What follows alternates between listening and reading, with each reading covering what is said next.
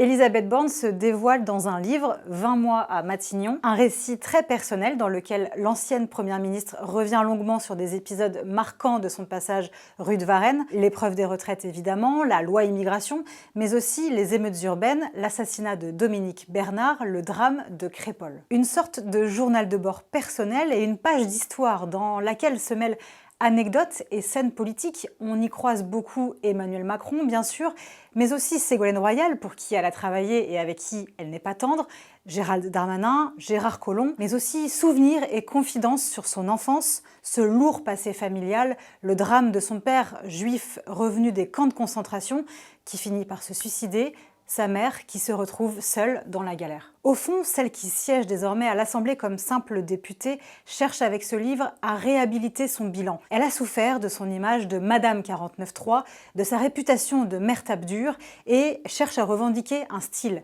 le style Borne, sobre, l'anti-punchline, au risque de passer encore et toujours pour une techno. Alors pourquoi ce livre maintenant? Eh bien ce livre paraît en pleine campagne interne pour la direction du parti Renaissance, le parti présidentiel. Elisabeth Borne est candidate, elle s'attend à affronter Gabriel Attal, son successeur à Matignon. Dans l'entretien qu'elle nous a accordé, elle décoche quelques flèches contre son rival. Cette femme d'expérience considère que la Macronie, le bloc central, ne peut être que l'apanage de jeunes trentenaires brillants et parisiens. Suivez son regard.